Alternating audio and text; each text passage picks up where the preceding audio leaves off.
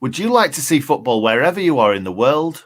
With NordVPN, you can get premium protection online and set your location so you never miss a minute of the content you usually enjoy. Go to nordvpn.com/TSUW to get 72% off a 2-year plan plus 3 additional months absolutely free.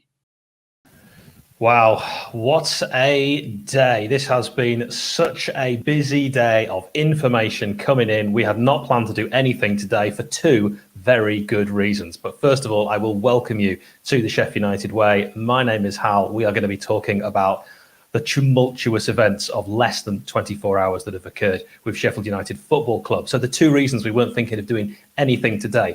Reason number 1, but the most important reason, it's my birthday today. So I should really be out with my lovely wife for a meal right now. And the second reason is that In Good Nick is having a lovely hollybobs in Tunisia. So I'm going to bring Nick in. Nick, please join me. But I warn you, the internet situation has meant we've made a decision. Nick, explain. We've made the decision that Hal is going to do this solo. I'm going to be Bobby in the background for the day, only because my internet may not be the best. It may be okay right now, but as we go on, it may drop out. You might see my mouth moving at a different pace to what it usually does. But Hal, you've ruined it already. I wanted to say happy birthday to Hal Stewart. Hope you've had a great day. We've already spoken about this, but I don't think you've had the best ones, have you? Yeah, it's been awful. Just the usual amount of grief that I get online. Don't even get a day off. Brilliant. Yeah, don't even have a day off. Talk about let me just talk about this, right? Tunisia. I've gone to Tunisia for a week. In that time, we have played 2 games. We've conceded 0 goals. League One Wes has been better than he's ever been before. We've defended well. We've been playing 3-5-2, and we've actually won a game. Yeah, we lost crazy. 0 games. To add insult to injury, lost 0 games. And to add insult to injury, mate, I've gone out on a no internet Tunisian day out, and then I come back to this. What a crazy one. Well, Nick is going to be our Nick in the background for today. So get those comments in. Thank you, Nick. We only lost you 3 or 4 times there, so not too bad at all. I think we got the general gist. But yeah, I mean, 𝐍𝐸𝐶 𝐉𝐺𝐾anović's reign at Sheffield United, it is over. He was appointed in May, but the experiment with United's first permanent foreign manager is officially over. He took charge of 22 games, 8 wins, 6 draws, and 8 defeats. United sit 16th in the championship table. Someone who's better at maths than me might have to work out where we'd be had Derby and Reading Football Club not been deducted those points. But it hasn't been the start that we all would have expected. I mean, Nick and I sort of estimate when we were working out from what you can find out online of 𝐍𝐸𝐶 𝐉𝐺𝐾anović's wages and assistants, those have all that been let go. We estimate that it'll be under 2 million payoff for 𝐍𝐸𝐶 and his assistants. Former caretaker manager last season, Paul Heckingbottom, has now been installed as the club's new, and I want to get the term correct, football manager, not just manager. We've gone with the term football manager for this one. He has agreed a contract through to the end of 25-26 season. He's, of course, the former, now, under-23 manager, and he will be in charge for Sunday's fixture against Bristol City. And he's brought with him some very popular names, Super Jack Lester, who becomes head of player development, and Stuart McCall, who is the new assistant manager, a former manager himself, a former defensive midfield player who I think it's fair to say every Blade really liked, and he should have played in that playoff final in 2003. Another coach will be appointed to Paul Heckingbottom's staff at some point. Apparently there's no real rush on that. So comment below your thoughts on Super Jack Lester and Stuart McCall, first of all, getting involved in the club and returning, for in Stuart McCall's case, to beautiful downtown Bramall Lane, which he did actually with Blackpool, but now he's back in a capacity where he's actually getting paid by the club. So thoughts on Lester and McCall, please. We do know, as fans, when interviewed, 𝐍𝐸𝐶 𝐉𝐾anović, I'm sure, would have chatted about tactics. He would have chatted about the system, be that a 3-5-2 or close to it. He played 3-5-2 successfully with a Watford side that won promotion. And I'd imagine the implication from the board would have been not to do wholesale change rapidly. But as we saw with SLAV, he changed to his old ways, his kind of tried and tested tactics for more games than not. And this wasn't always getting wins.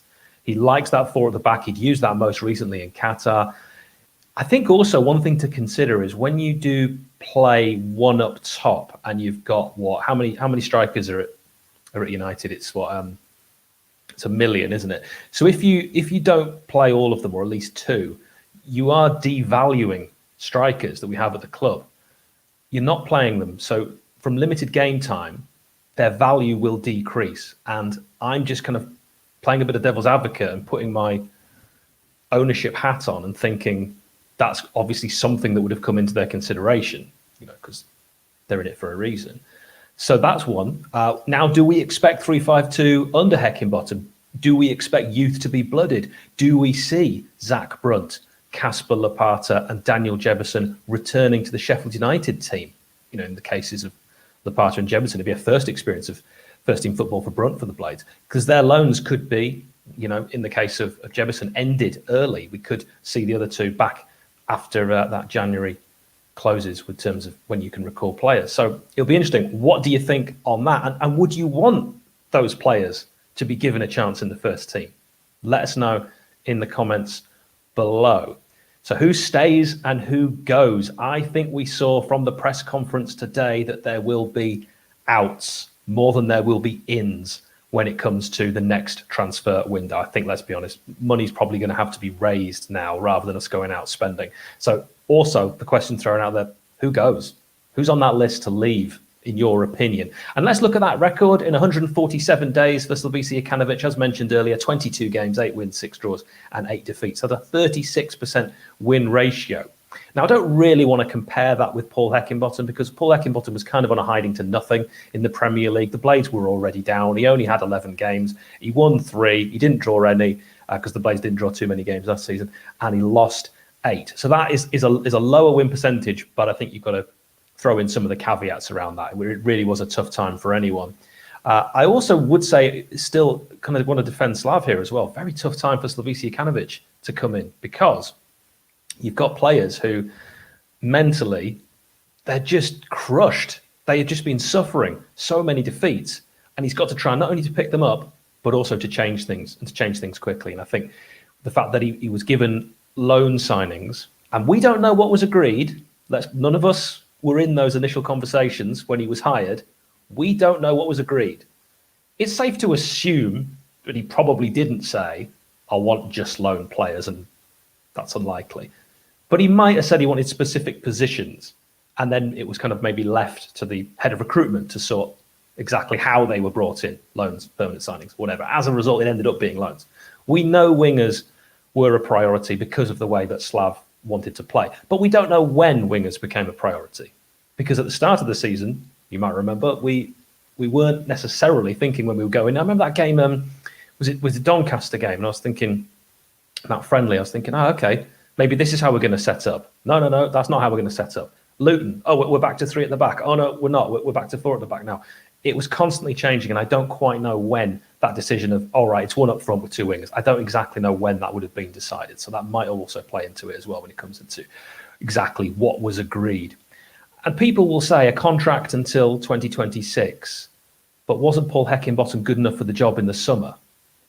So I do want your thoughts as well on what's changed in 6 months that now Paul Heckingbottom is the best man for the job when he wasn't before, because he's still the same guy. I mean, how much can he have learned? I don't know. That one has really surprised me. So let's look at some of the quotes from the hierarchy.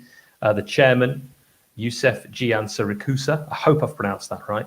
We look forward to embarking on a new era in Blades football with Paul at the helm. He's talking about Paul Heckingbottom. Paul possesses the personal leadership qualities and technical football skills the board feels are essential to successfully implement the board's strategic directives. He shares our values and interests in player development, while also possessing the ambition and determination to get the most out of our current squad. We are convinced that Paul will play a leading role in improving all aspects of football operations. Stephen Bettis, United's chief executive officer, I was mentioning how disappointing the slow start was. We've not seen an improvement, he says, in results, performances, and we prefer to be in a better league position. A decision has been made, and now it is important that we look forward.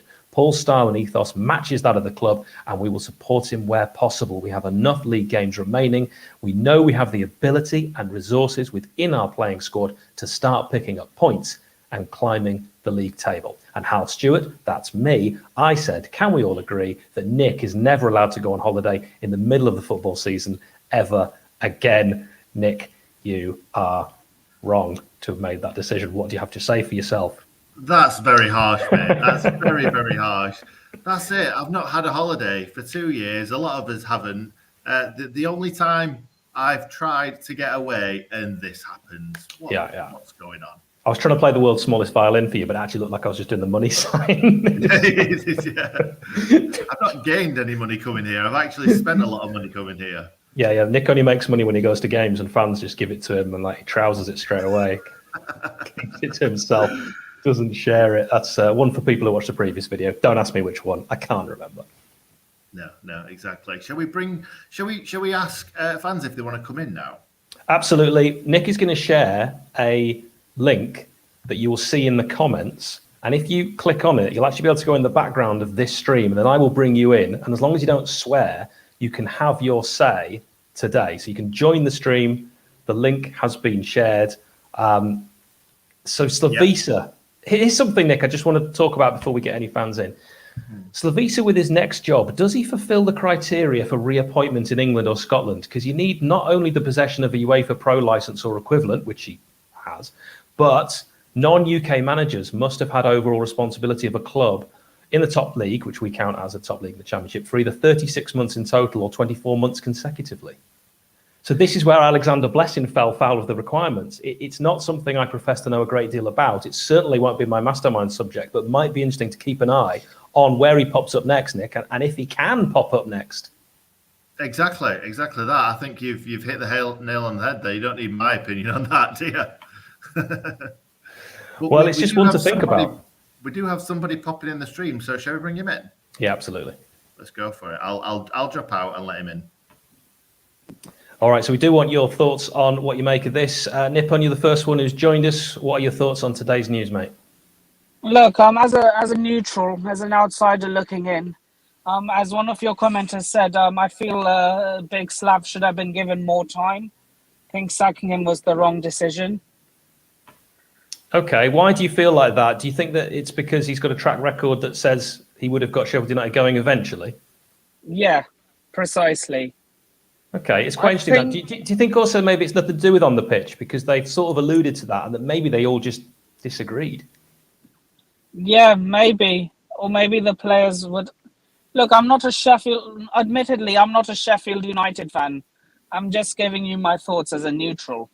Yeah, well, we really appreciate that, Nippon. Thank you very much for joining us. We will get Sean in now. Sean, tell me you're a Blade.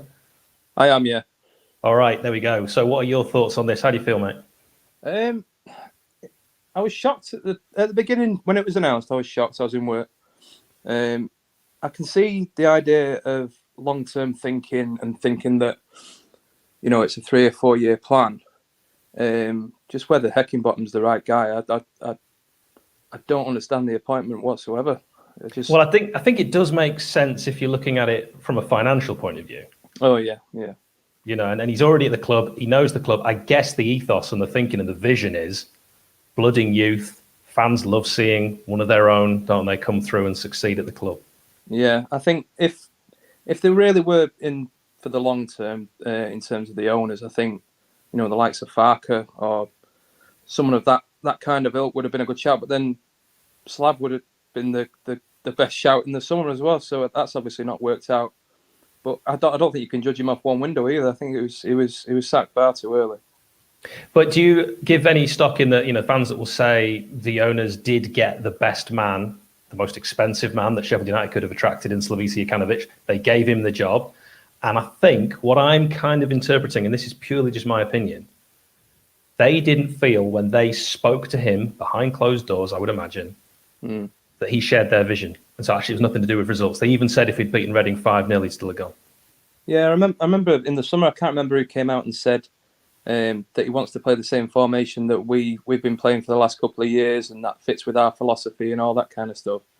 And like you said earlier, he started playing a completely different formation, considering the players that we've got that don't suit the system he was trying to implement, especially when he had Brewster on the wing. And I think if you've not got the players, you can't implement that system. And in the last couple of games, I know it's been boring, but going back to 3 at the back, we've been so much more stable, which I've got a feeling wasn't.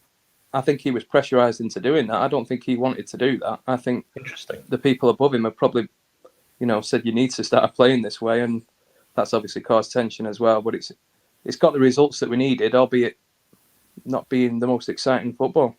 Yeah, it has been dull. It's never dull being a Blade, except for the 90 minutes on a Saturday or a Sunday or a Tuesday or whenever you play nowadays. Sean, thank you very, very much for joining us. Mate. Really appreciate it. Thanks a lot. Let's bring in Robert. Robert, one of our American supporters. So big news today. And thanks again to Nippon for being part of the super chat. Robert, what have you made of it? Yeah, I mean, it's your birthday here in America. We are celebrating Thanksgiving. So a lot to be thankful for. But then the news drops and you're like, well, that kind of ruins the day. I'm trying to hang out with the wife's family and everything. And I've got to sneak up here and, talk about and discuss the football club. But I love doing it. I bring my jersey everywhere we go. But yeah, it's a bizarre timing. I think that's my biggest thing that I've taken away is the timing. Obviously, it comes off the back of 2 positive results where we've swapped back to the formation that this club has used and knows. Where was the disconnect and why now versus at the beginning of the season? Why even bring SLAV in if, the mentality and the philosophies were this different? It makes me think that somebody back in the summer, either the board or SLAV or both, weren't completely 100% honest with their expectations. Okay, I'm just going to look at some of the comments from the press conference today where the chairman said some interesting things. We hired SLAV as a coach. The season has been lackluster. It hasn't evolved as we'd hoped, but the performance is not the reason we're making the change. So what do we read into this? Do you think SLAV's comments, some of the stuff he said to the press, that he wasn't, particularly happy with transfer policy, perhaps it came from a difference of vision? What are your thoughts when you hear comments like that, Blades? Let us know in the comments as Robert has turned green. So if you've got any thoughts on that, on why, he's back now, on why it's actually been the case that we get rid of the man when it clearly has nothing to do with football. Yeah, and this is again one of those things where there's must have been a communication error. There must have been something that the 2 sides thought they could meet in the middle. Maybe they tried to meet in the middle, SLAV saying, hey, just let me play a couple formations, bring me in a couple players and we can make this work. But maybe the board was expecting him to do more on the recruitment front, more on, playing the young players. And the fact that we've sent out 3 young, bright stars, that's not good. Maybe it's the fact that he played Reese Norrington-Davis and Ndai in the youth game instead of in the first team match on that same day. And they're seeing that as going against what the club wants and what the board wants. So it may have been SLAV like trying to poke them and see what he could do. And then they were like, nope, you're done. Or it was really just nobody talking to each other. And eventually, ties had to be cut. All right. As Robert keeps turning green, we will wish him the very best for the rest of his day. And Aaron is going to join us. Aaron, you a Blade? I am US Blade, Seattle. I agree with what was just said. I feel like Slavisa was expressing his opinion, sometimes hard to understand in his interviews, but he was very clear about what he wanted. And I feel like in his interviews, he was kind of making his point public to the board about what he wanted. And probably behind the scenes, he was having arguments with them. And he was trying to get the public on his side by stating his needs publicly, and they got tired of that and sacked him. It does appear to be a sacking rather than mutual consent as well. I'll carry on with some of these comments as well from the chairman. We're not making this decision based on one match or the last 19 matches. It's driven by a long-term strategic vision for the club. It rests on 3 pillars: growing value and capabilities, developing players and staff, and leveraging the synergies of United World. This is also interesting on Paul Heckingbottom. We've signed a contract with him until 2027. That was meant to be 2026, and done things in a contract to keep him for the full duration. So it does sound like they want Hecky now in for the long haul. And you've got to question, I've seen people in the comments say, oh, this was always their plan to bring Hecky in. I can't believe that it was, because I don't think they'd have spent the money on bringing SLAV in, bringing all those assistants, then having to pay them off. What do you think of that? I think maybe they've gotten scared financially. I don't know. I've just been watching Sunderland Till I Die, and it's not exactly a comparable situation since we're not having a switch in ownership. But I feel like, they've maybe realized they aren't financially sustainable at the championship level, and now, have chosen to, get fiscally conservative and just kind of, rein in the horses and, try and be sustainable, but maybe sacrificing the future a little bit.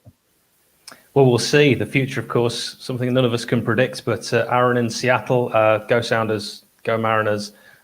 Really appreciate you joining us. Thank you very much. We've got David, who looks very dark. David, you've got a camera you can pop on, buddy. Sorry, one sec. Really appreciate you joining us. Thank you very much. We've got David, who looks very dark. I can hear myself coming back, so if you can maybe put some headphones on and we'll come back to you. All right, we'll come back to David if he can get some headphones, because obviously that's me repeating myself. As wonderful as I sound, I don't want to have too much of that. Abdullah Al-Ghmardi, CEO of United World, based in Switzerland. Al-Ghmardi, I hope I pronounced his surname correctly, a veteran of numerous high-profile marketing campaigns, previously worked for the Saudi Olympic Committee and also the Olympic Council of Asia, where he dealt with media affairs. His quote today, this is money, so this is me out of my comfort zone. We got around £237 million from the TV revenue in 4 seasons. We spent or invested 430 million, right, that's more, 130 million in transfers, 200 million on the first team, 50 million on facilities and acquiring, and 50 million on operational costs. We will invest and spend more for sure. And then that makes it quite interesting when you think, okay, so facilities is something that's been mentioned there, because Stephen Bettis, Sheffield United CEO, said there's been a positive discussion with the City Council about a site for a new training ground today. And then you also hear that Darren Smith, the finance expert that we've welcomed on this channel before, wrote some comments that I wanted to share from his Twitter account. He's got more Twitter accounts than me, but one of them, he said, as for appointing Hecky, I think the long contract says it all. He's really impressed everyone at the club, has a very good technical degree level knowledge, and it shows. The intent is clear, no more interfering from the board. Jack, that's Jack Lester, and Hecky are in charge of all football matters. To those that criticise Jan, he's on about Jan van Winkel, Prince Abdullah, Steve Bettis, and so on, you have your wish. No more interference. Those two, Jack and Hecky, and Mitch, Paul Mitchell, head of recruitment, will stand or fall on football decisions. So that's what Darren reckons. One other thing just to throw in is Femi Siriki is back. Hooray. So that's that loan spell at Beershot is over. Lewis is with us now. Lewis, you absolute legend, because you are one of our members. You're not one of the freeloaders. What are your thoughts on today? Surprised by it.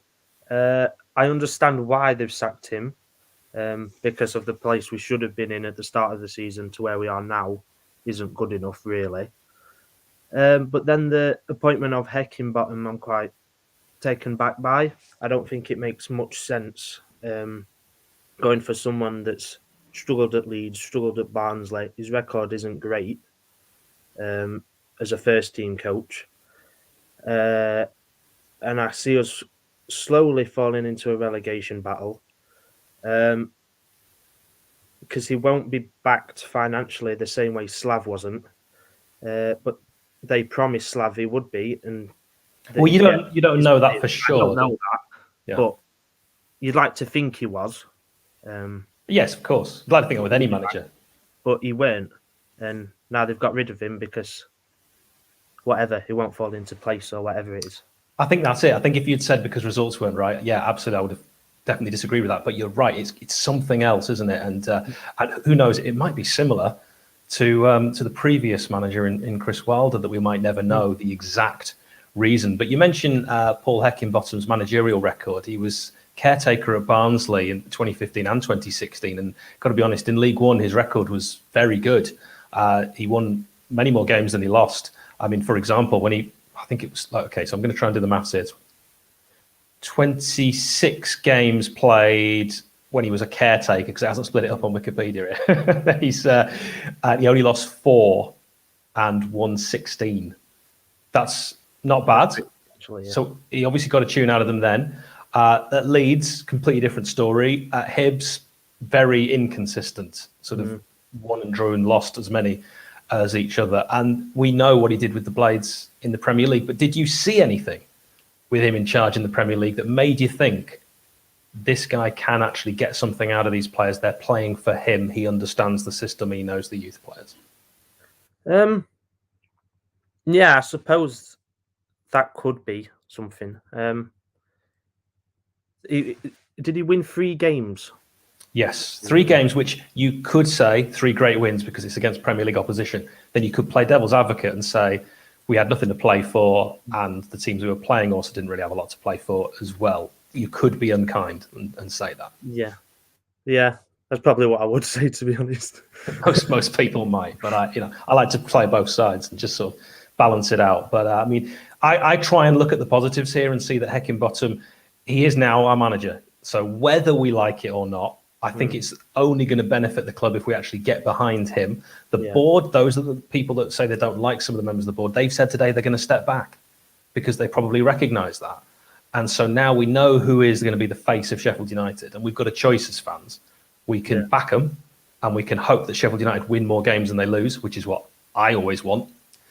Or we can choose another angle, another option. I don't even want to say it out loud. So how are you actually feeling you're going to react to this news today? I support Sheffield United. I don't support the owners or the manager or whoever. I support the club. And so I'll always back them. I think a lot of people, Lewis, will agree with what you've just said there. Good words. Thank you, my friend. Thank you very much for joining us. We appreciate it. We will wrap this up very soon. I will sort of end by saying there's still a lot of questions that need to be answered. You know, as Lewis has quite rightly said there, managers, players, owners, they all come and go, but we all support the badge, don't we? We all support that badge that reads Sheffield United Football Club. I'm going to bring Nick back in and see if his internet is going to hold out for one thought from him as well. Nick, have you got anything you would like to add after hearing those thoughts? To be honest, I agree with the talking about SLAV. It's been difficult to watch this football. It really has. Playing players out of position, playing formations not suited to the players. But we've now got a manager that will play the formation that the players can play.